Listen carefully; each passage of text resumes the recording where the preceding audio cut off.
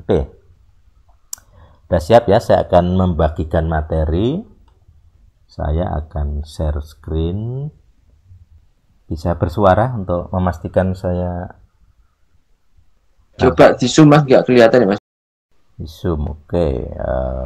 Kalau pakai handphone bisa di zoom sendiri itu. Nggak usah, aku aja. Kelihatan nggak? Sudah mas itu. Lo tak asih. Oke, nah kita tadi ini ayat 4. Nah ini hukum kedua ya. Lo tak asih leka, jangan membuat bagimu pesel. Nanti kita bahas bergantian, karena ada banyak contohnya yang. Perintah ketiga itu di ini ya. Nah ini 7. Lo, nah ini ya. Ini kan lo tisa.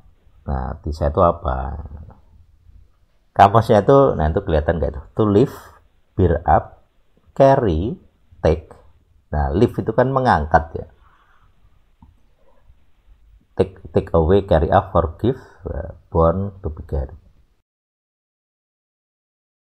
Jadi kata tisa, lo tisa, janganlah itu kalau dalam terjemahan Indonesia umumnya kan jangan menyebut ya. Jangan menyebut nama Tuhan. Nah, karena dalam bahasa Indonesia standar itu Tuhannya siapa nggak jelas. Ini in vain lasa ini emptiness, vanity, empty itu kosong. Kalau misalnya kita pakai kata tisanya ini to live, bury, itu kalau dari literalnya sebenarnya mengangkat. Kira-kira mengangkat. Kalau kita pakai kata live ya. Jadi jangan mengangkat nama Sam, Yehuwah, Tuhanmu, Eloheka, dengan atau kepada ya. Jadi ini kan ada L ya. L itu kan kepada. Jadi kepada kekosongan, emptiness, vanity, falsehood, worthless. Sebab atau karena lo, nah, jadi Adonai Tuhan Yehuwa tidak akan membiarkan ini kesalahan ini ya 5352 tidak akan membiarkan kesalahan intinya begitu bagi barang siapa yang jisa sama etsemo lasa. Jadi ini dua anak kalimat yang diulang. Jadi kata yang dipakai sama, jisa etsemo lasa, di atas juga sama. Ini tisa etsemo lasa. Nah, tisa karena T-nya itu kan kamu. Jadi ini grammar T di depan taf ini artinya kamu. Sedangkan yang ini itu dia. Jadi zat di depan ini dia. Nah, kata dasarnya adalah sign. Kalau dibuka, ini bisa saya klik,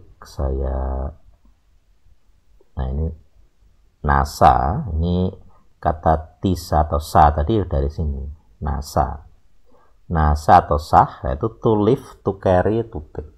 Jadi mengambil, membawa, mengangkat, itu makna dari sa di belakang.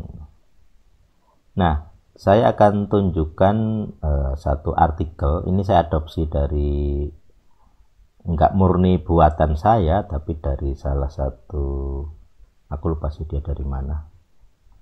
Tapi yang jelas dia mencoba menjelaskan. Nah, di sini saya menjelaskan, saya adaptasi gitu ya dengan bahasa Ibrani kunonya.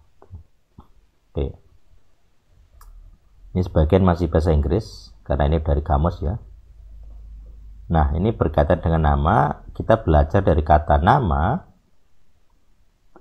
Nama itu kalau dari Ibrani kan kamusnya 8034. Jadi artinya a primitive word through the idea of definite and conspicuous position. Nah, di sini dari kamus Strong, Sam itu punya makna honor, authority, karakter. Jadi honor berarti kan dia kehormatan, authority, otoritas, jadi kekuasaan. Karakter berarti kan bisa sifat gitu ya. Misalnya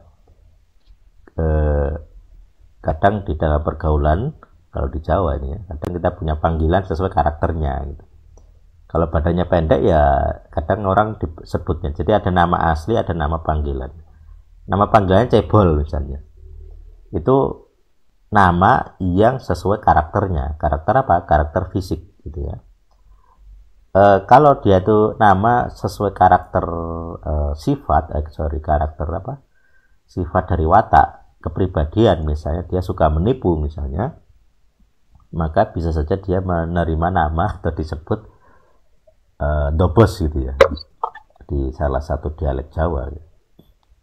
Dia suka menipu, suka ngapusi, suka berbohong, maka bisa saja dia mendapat nama the boss. Si the bossnya nanti, nah gitu. Itu sebutan. Nah, itu nama sesuai karakternya. Nah, jadi di Ibrani nama itu melambangkan sifat, melambangkan otoritas, melambangkan kehormatan. Jadi kita tidak bisa seperti orang Eropa, apa arti sebuah nama gitu. Karena penting sekali nama itu. Terus kadang, nah ini juga di dalam bahasa kita, budaya kita, nama itu kan biasanya hanya bunyi. Nah di Ibrani nama itu nggak sekedar bunyi, karena mewakili otoritas, mewakili kehormatan, mewakili sifat pemiliknya.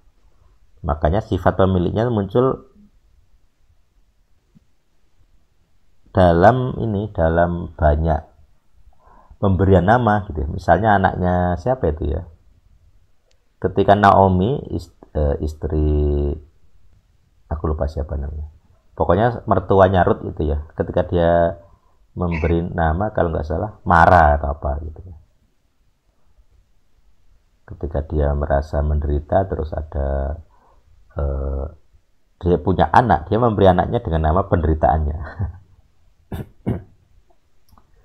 Yang jadi suami Ruth itu ya, ada beberapa nama kan. Termasuk juga ketika muncul nama-nama selalu terkait dengan sifat, terkait dengan kehormatan, terkait dengan otoritas. Misalnya kalau nggak salah ada Hosea menikahi Homer gitu ya. Terus punya anak, nah anaknya diberi nama yaitu bisa sindiran, bisa kondisi di Israel pada waktu itu. Karena menyimbolkan Hosea ini mewakili Tuhan, Homer itu mewakili Israel gitu. Jadi Tuhan punya istri yang simbol Tuhan punya pernikahan dengan wanita yang pelacur gitu ya.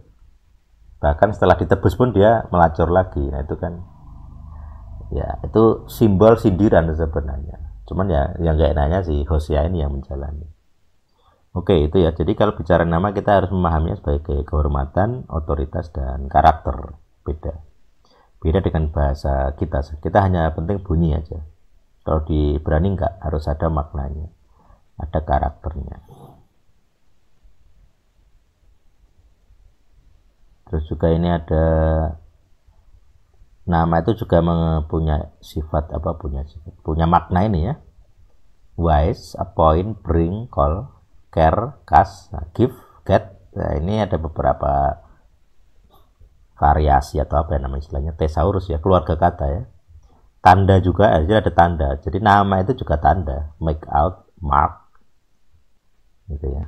Jadi nama itu punya konsep tanda, ya, tanda. Tujuan, nah, oke, itu ada beberapa keluarga katanya. Samayim, nah ini juga punya pemahaman mirip ya. Langit, Samayim. The sky.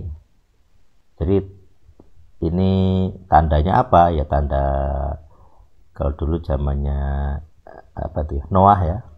Tanda pelangi. Jadi kata samayim itu punya konsep yang mirip-mirip dengan tanda. Karena ada sh-nya, shin-nya. Nah, jadi nama dalam konsep semitik adalah tanda atau peringatan akan seseorang atau sesuatu. Misalnya Yegar Saduta itu yang perjanjiannya siapa itu ya?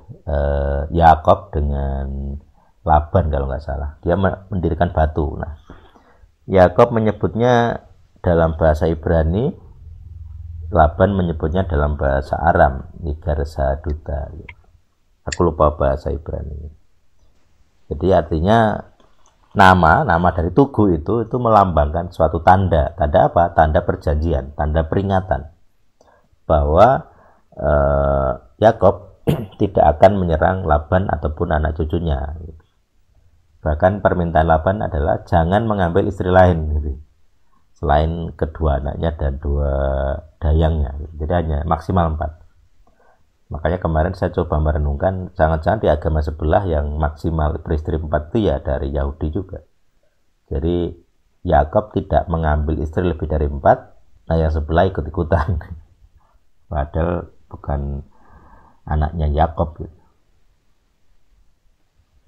Oke, nah Esau itu juga memarahi Yakob, yaitu Yakub itu sesuai namanya. Di Kejadian 27:36. Bukankah tepat namanya Yakob? Karena ia telah 2 kali menipu. Jadi nama Yakob itu salah satu variasi maknanya adalah penipu. Jadi memegang tumit itu menipu.